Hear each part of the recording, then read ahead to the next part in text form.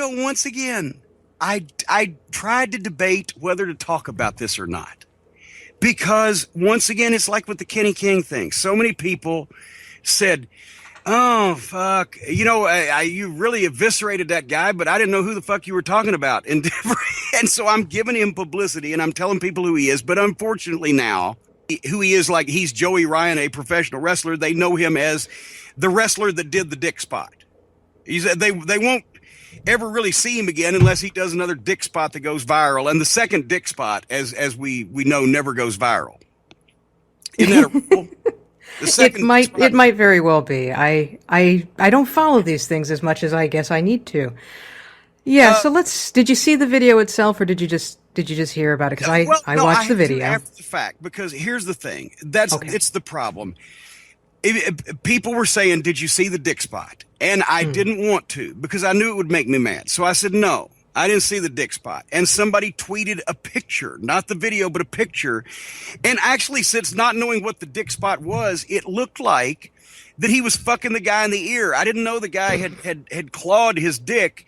He was standing over him, and his big smile, and the guy was grimacing down sideways, and I didn't see the hand, so it looked like he was fucking him in the ear, right? Mm-hmm. So I said, no, I didn't see the dick spot. I don't want to, but it looks like Joey Ryan enjoys having his dick in another guy's face or whatever the fuck, which was, I thought, an observation, not an indictment or a fucking condemnation. But then, of course, then he gets all of his fanboys to write, "Oh, you homophobic piece of shit." Well, no, like I said, it was just an observation, which obfuscated the actual meaning of the whole thing, which is this stupid motherfucker, this fucking lowlife piece of shit who wipes his fucking feet on the goddamn wrestling business to get the only kind of publicity he can get, which is cheap publicity as some fucking phony, sleazy looking wrestler that does wild, incredible things.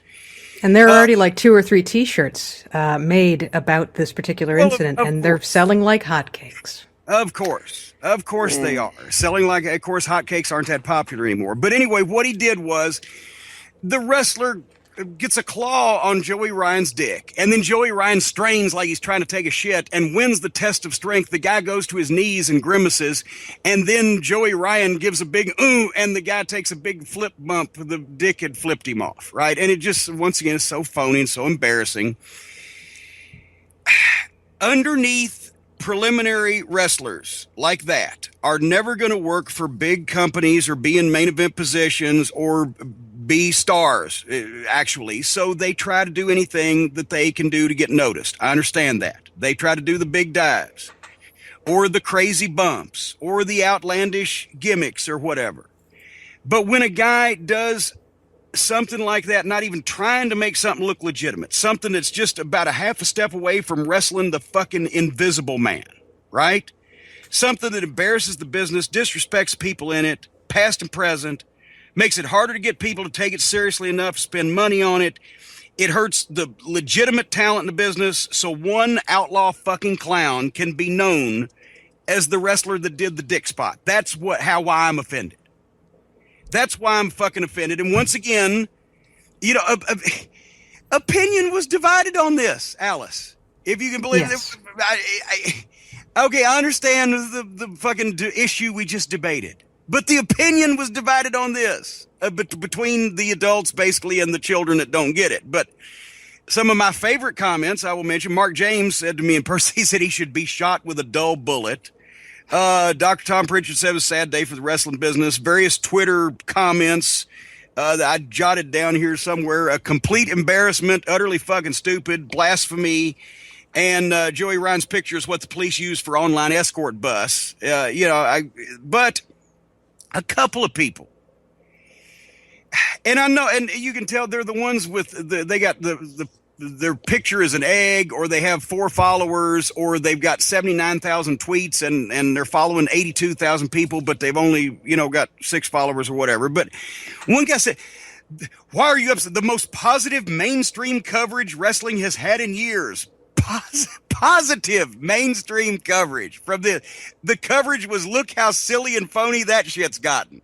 That was the fucking positive coverage. And one guy said, "Relax, let people enjoy whatever kind of wrestling that they like. Variety is good," right? Kind of wrestling.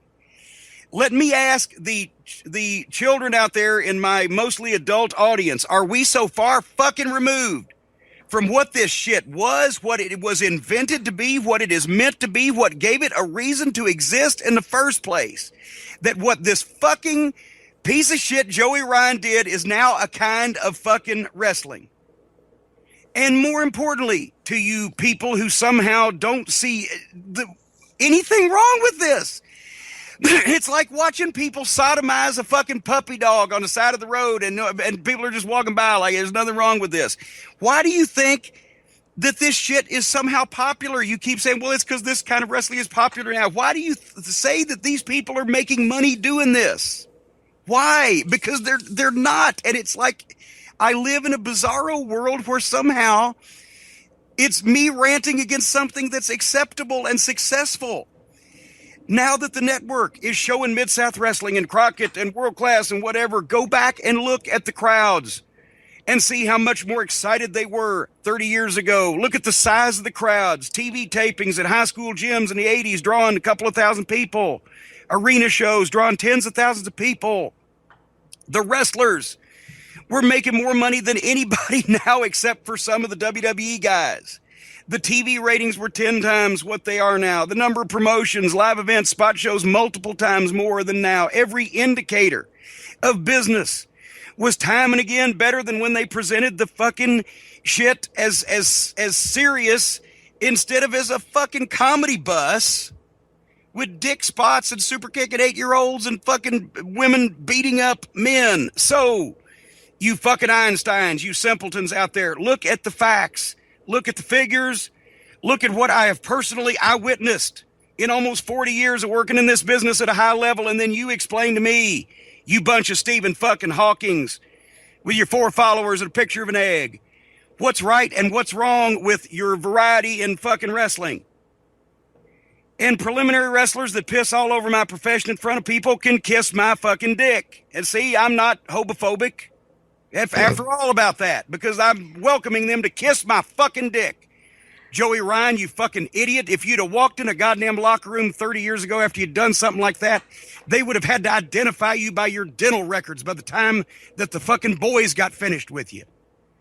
I don't even know what to say why that people think that this was somehow something that was acceptable. We've given the Joker some publicity, but you can't, I mean, obviously, once again, it already got publicity, more bad publicity for people who, for people who want to be serious and want to be stars and want to have an industry where they can be stars and make money in, and somebody is somehow spending some money on it somewhere, and it has some credibility, that's treated in some way as something enough to emotionally invest in, and then these jack-off asswipes who can't get attention any other way just drop their pants and fucking wiggle their dick on the playground.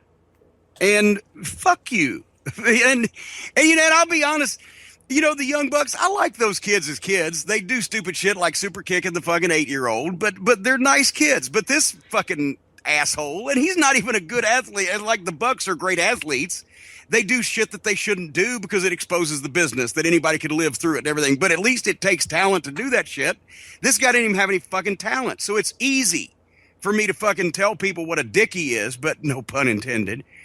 But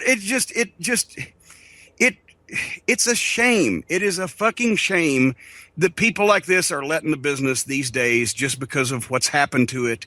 And it's a shame that a lot of guys will not get a chance to make a lot of money and be stars because it's so much smaller, the business, than it used to be, and so much less successful. And it's going to continue to be that way because now there's no going back from shit like this. You can never make anybody take anything seriously in wrestling enough again to get anybody over more than Vince's sports entertainment fans that'll flock to WrestleMania, and you get 5,000 people to a house show once or twice a year.